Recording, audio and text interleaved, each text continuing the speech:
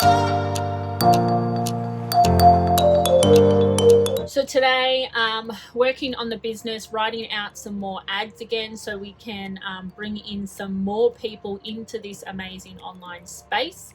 So researching and studying our ideal client, who we want to work with, is vital. Before you even start running an ad on Facebook, know who you're going to be running this to, who is your target audience, and who are you speaking to. So that's a really vital tip that I do before I write any content or any ads for our Facebook business page. Josh is in with the kids. He's looking after them while I get this done. That's what we tend to do. We just do swap shifts, I guess you can call it, just so we can get stuff done, because it can be difficult being in a small confined space with 2 kids trying to run a business as well. So if we were traveling in the caravan, we would have Josh would have taken the kids to the park or the pool or down the beach, somewhere like that. But lucky we have Josh's parents' house at the moment that we're in. He's just gone into the playroom with them while I get some work done.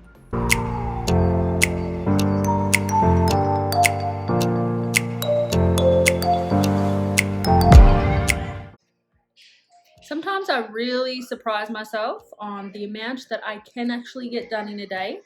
I have managed to write out some new ads for our business and bath the kids. Well, Chloe hasn't had a bath yet, but Riley has. Get all their dinner ready before 5 o'clock and have prepped our dinner as well. So pretty proud of my accomplishments today. Tomorrow might be different, but today is a good day. What are you doing up here? Getting matching. Are you on your leap pad? Yep. And Tait is in the pool and it goes boing. It holds on. Oh, very good. And it goes boing. Bit of quiet time up on your bunk, hey? Yep. Very good. These little pillow pads are a really good idea if you have kids who, watch their iPads or leap pads or anything like that.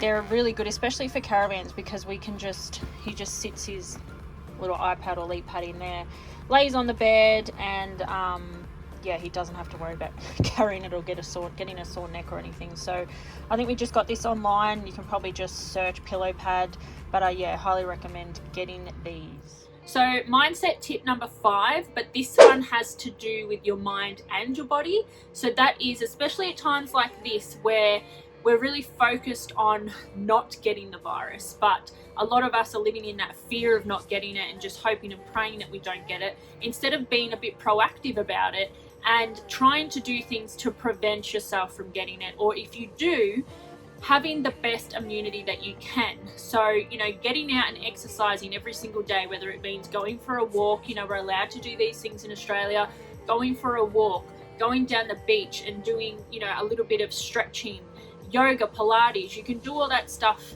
in your own home. So you just have to go on YouTube, type in yoga or Pilates for beginners, and there you go. You have a heap of information and videos to get you started. So I know for myself, I've been doing this. I've just been searching yoga, and I've been doing 15-minute yoga stretches and stuff every single day, and I can really feel the difference in helping with that tension build up, negative energy in my body that most of us carry every single day. And also making sure you're eating healthy, because this is the time when we have viruses like this circulating that you really need to be concentrating on your inner health. So eating good, wholesome foods and making sure that you have a really strong immune system. So if there is any chance that you get the virus, which fingers crossed no one does, but you have the best fighting chance of fighting this virus. So that's mindset and body tip, I guess, number 5. Hope it helps. This was an essential item when we were about to take off. Had to come with us. Some people do ask what coffee machine we use. That's the one. Can we use the coffee machine while we free camp? Please tell me we can. Of course we can. Of course we can. I haven't done a video on it yet, but I'll do a video on the car. So I've got a big inverter in the car, 2000 watt, will run off the lithium battery in the car. So that coffee machine will work for us off the grid. So if you want to set up off-grid inverters to run, certain products, certain machines, always check out how many watts they're using, match that watts with the size of the inverter and obviously the battery system to go with it. I wanna let you deliver it.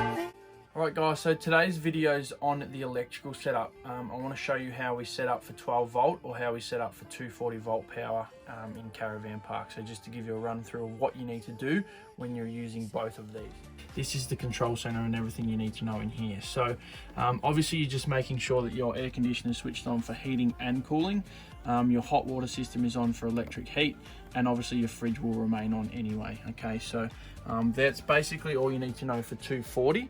Moving on to 12 volt, this is important. Things are a little bit different when you're off the grid and doing 12 volt. Okay, so if you wanted to use, obviously your fridge and your hot water service will run on the gas. All right, so make sure you go outside, your gas bottle's opened up, you've got plenty of gas out there to make that run.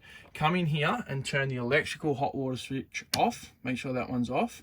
Over to this switch here, which is your gas hot water ignition. Flick that switch on there. Once that gas hot water lights, that little red LED there will give you an indicator that that's lit and all working there fine as well. So another key tip when you are off the grid and you do want to use the air conditioning or the cooling with a generator, say for example, what I suggest you do, if your generator is not big enough it can trip out, what you do is make sure when you come in here that obviously your hot water service is switched off, because that uses a lot of power. So as long as the electricity side of the hot water service is off, which it generally is because you're normally running on gas anyway, but just to double check, you know, when you start your generator, use your aircon or your heater. You sort of don't want that to trip, so we eliminate using the hot water electric element there as well. So in terms of your fridge, basically you just leave that fridge switch on. Make sure you head over to your switch, double click the second little symbol. It looks like a little flame. That will then light the fridge, so that runs off gas as well while you're off the grid. So another little tip is to get these magazine pockets anywhere that you can in your caravan. So obviously we have them here, we have them at the end of the kids' beds at both ends. We also have them down on each side of our bed as well. So yeah, really recommend them, and it's really good for us because we run our online business. We've got lots of space for the laptops and books and things like that.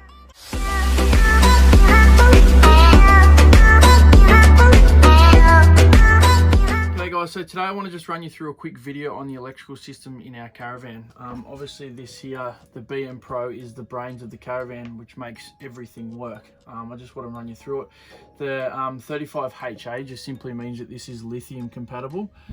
We've got 2 batteries under the bed. We run 2 160 watt solar panels on the roof with this one as well. But I want to show you another little feature that we added to that. All right, this is called the Trek Hub. Just turn the light on. This is really cool. It displays all the information that we need to know, obviously when we're off the grid as well. So it gives us a solar readout of how many amps is going in, the voltage of our battery, where we're at with our battery, if it's full or empty. Obviously now we're plugged into main, so there's no time remainder there, but it will give you a time remainder with based on what power that you're using at that time, how much longer you've got left in your batteries for your free camping. Water tank levels, which is really cool, up to 4 water tanks with that one there. So you can even have your grey water tank on there as well to give you an update of where they're all at. So super cool feature. We also run our water pump through this as well, so that's just the on-off switch for the water pump, but just something that gives you some really good information when you are off the grid and you are managing your battery levels and you are managing how much water that you do have left. Going to surprise O'Reilly with some new Lego that Josh picked out. You love your Lego, don't you, Josh? I do. So that's something they are going to do together for the next couple of days.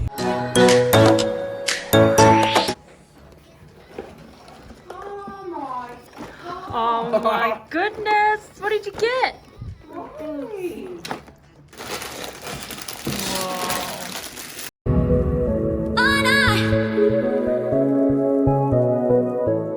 So fingers crossed they start lifting the restrictions in Victoria. I mean, if they have to keep them the way they are for a while, then that's just what has to be done.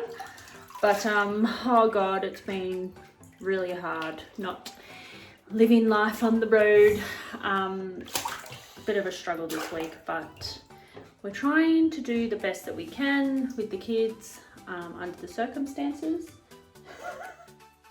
it is what it is. So fingers crossed for some good news soon. I think May 11th, Dan Andrews is announcing what restrictions will be lifted or what's going to be changed. So, oh God, I have everything crossed. But of course, if they have to remain the way they are, so be it. Joshua. Yes. What is the number one thing you miss the most about life on the road? Something different every day. I know. I feel like we're just on repeat. Yep. Repeat. Repeat. Repeat. Thank you so much for watching another episode. We hope that you're enjoying. We're trying to bring as much value as we can, considering we're not traveling. Yes. Yes. Keep watching and make sure you go and check out all of the shorter videos, caravan tips and tricks that we have added onto our channel.